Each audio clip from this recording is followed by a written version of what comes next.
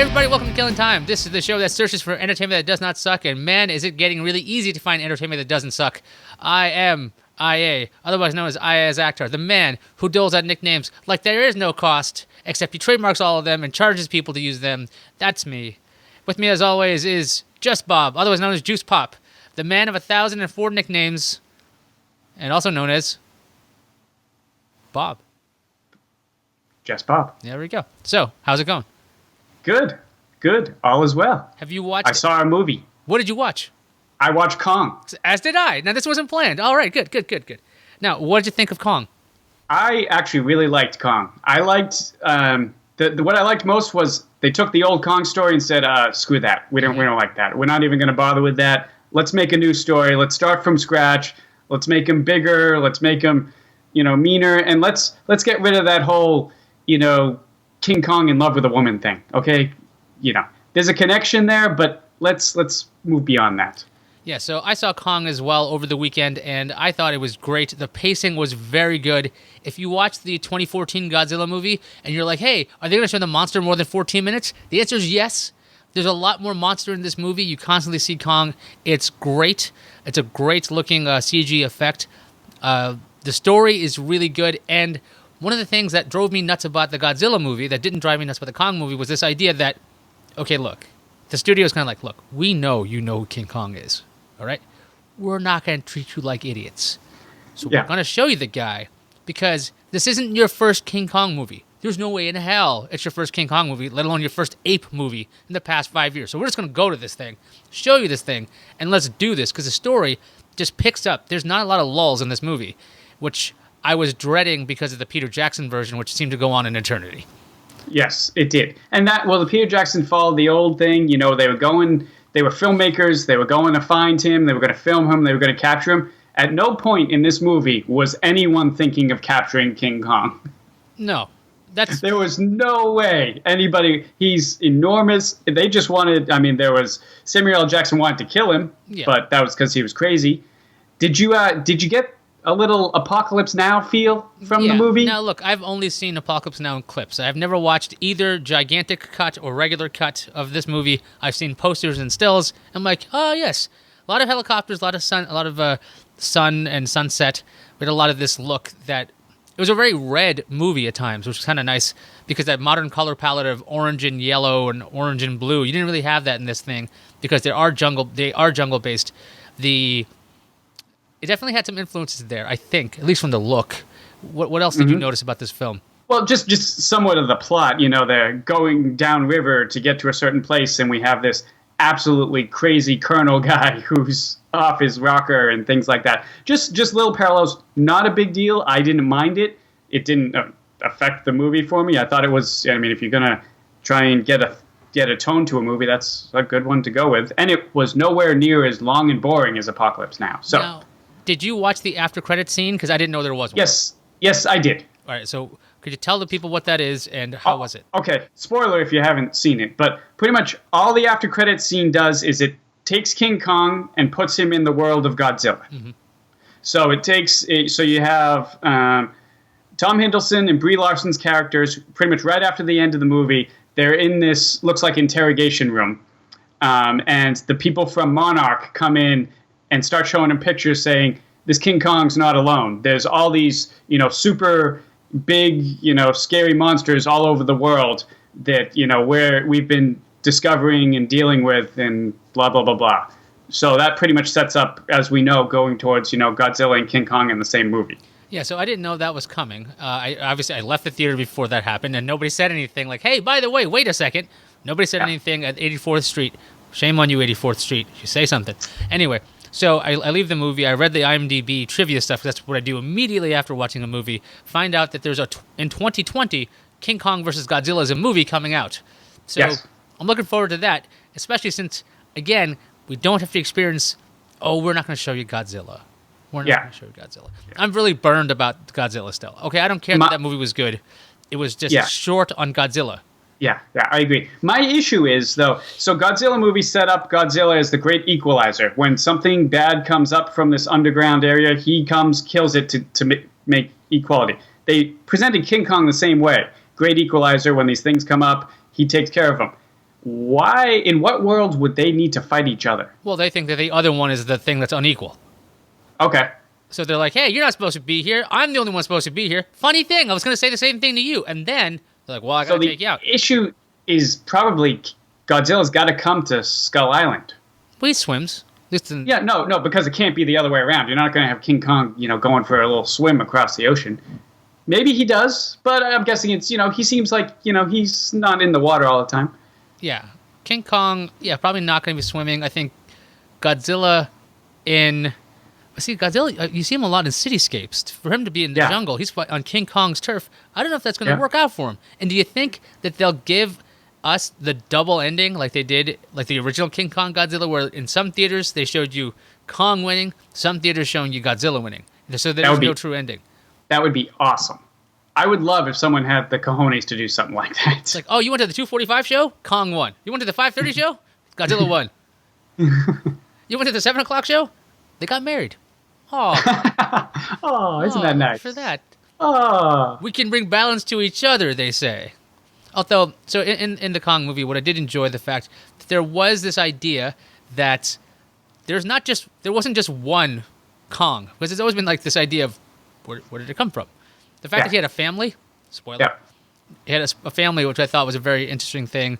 The villains of the film, I thought they were well done when it came to, I'm talking about the animal villains. The skull what did he crawlers.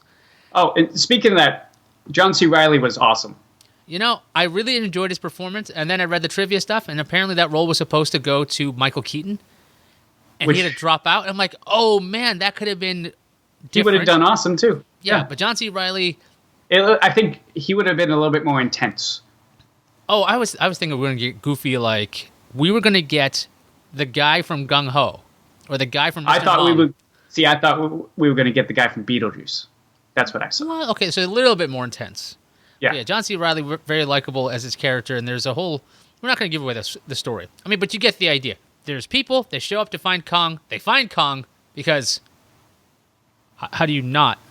Well, that's what they were looking for. They dropped bombs, so he would come up, and they regretted that immediately. Yeah. I like how the first scene we see him, he takes down all the helicopters.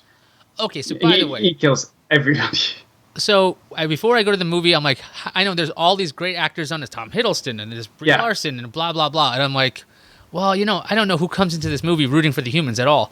But when you watch it, they actually develop each character enough that you're like, okay, I do care about the consequences to each. Good, bad, or indifferent. You still, the character roles, you kind of care. You want them to survive. And it's actually nice. Because that's always been a downside when it comes to these monster movies, because you want the monster to be the star. But if you're going to have all these big names, see if you care about them. So I think they did a good job setting up all the characters. They did a good job establishing the world they live in, because this is also in the 70s. I did like the period piece. They allowed them to use some cool music and reasons for why they'd have all these helicopters in the area and stuff like that. That'll be my one quibble, the amount of 70s music in this. Now, look, I get it's the music of the time, but, the amount of, hey, we have a portable military-grade record player that never skips. That's true. On a helicopter. Now, chances are they should have gone with the 8-track. Because that doesn't skip. Maybe because it's the military, and they did have, it on gyroscopes or something, so it was always perfectly level, and they had anti-skip technology well before we did on Discman, kinds of things like that. Maybe. I'll go with it. If you're going to tell me there's a giant ape out there, fine. Unskippable records. Totally fine with me.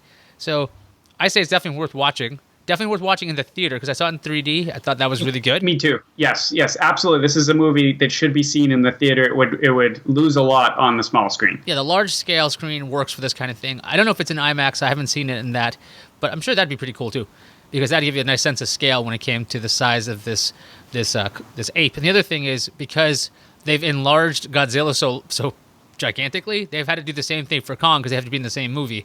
I believe. Right. Kong's supposed to be around 140 feet tall or something like that now.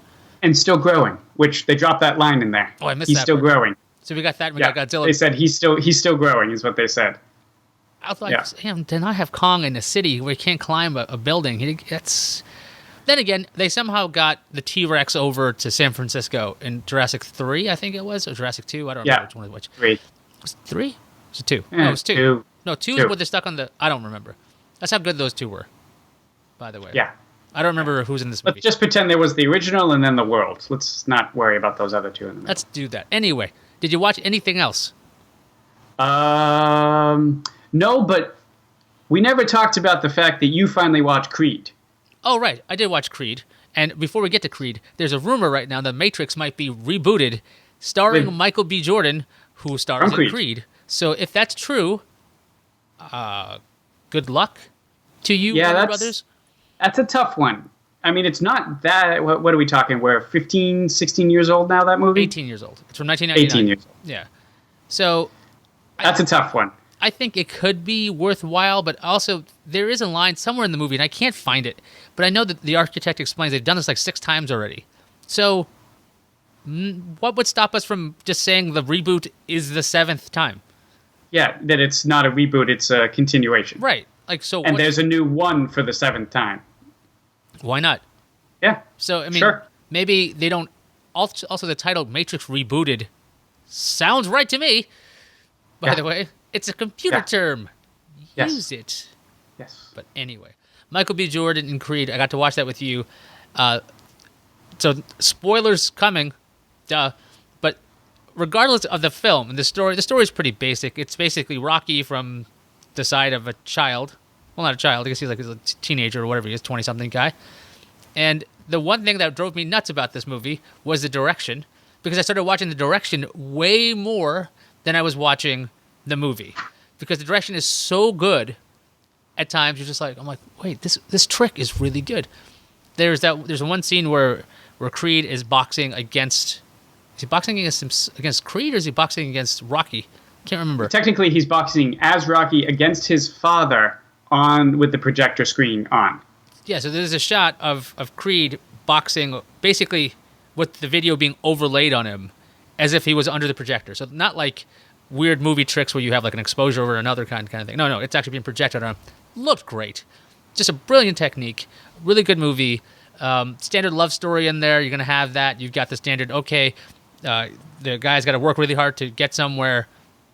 Basic story. Very basic story. But very hard to redo that story and go, oh, we've seen this already. Yeah, we've seen it already, but not like this. Yeah. So if this is back to the Matrix, if they do the Matrix, one, I still have no idea how they do this without landlines, because we don't use that anymore. How do you plug into the Matrix and get out of the thing? How do you do this? Mm-hmm. Like, cable modems? Like, it'd have to be. It'd have to be cable modems. What you're gonna have like a coax jack? Like you just quick, hang on. It's gotta turn this. You got a wrench? It's really tight. Maybe they'll use cell phones. But they use cell phones in the other one. Yeah, but I'm saying cell phones to go into it. Okay, I'll say yes to the cell phones only because actually that makes no sense. If they can get through the wires of the old days, in theory, I'm going to say that's because of some kind of modem technology already. Because well, they could make it a period piece. Oh no! Because remember, in the first one, they said that we found this time period in human civilization to be the most docile, or something like that. Remember, it allowed them to plug in the most easily. Well, hopefully they can just put it in the 80s and everybody's coked up. Let's just do that. That sounds great. Less docile. I like it. More cocaine in Matrix movies. Yeah. That's what I'm going to say there. Last thing before we go, have you seen the DuckTales trailer? Yes. What do you think? I'm cautiously optimistic. As am I. Like I always am. Yep. Very surprised. And actually, I watched the extra clip where they have all the actors singing the theme. And I didn't see that one. It's very good. Seeing David Tennant sing as Scrooge McDuck. Actually, not Scrooge McDuck. He's just singing the theme. It's just like, you know who you are and like what's going on here. And so I think that should wrap up everything. Unless there's anything you want to say right now. No, I'm good. Excellent.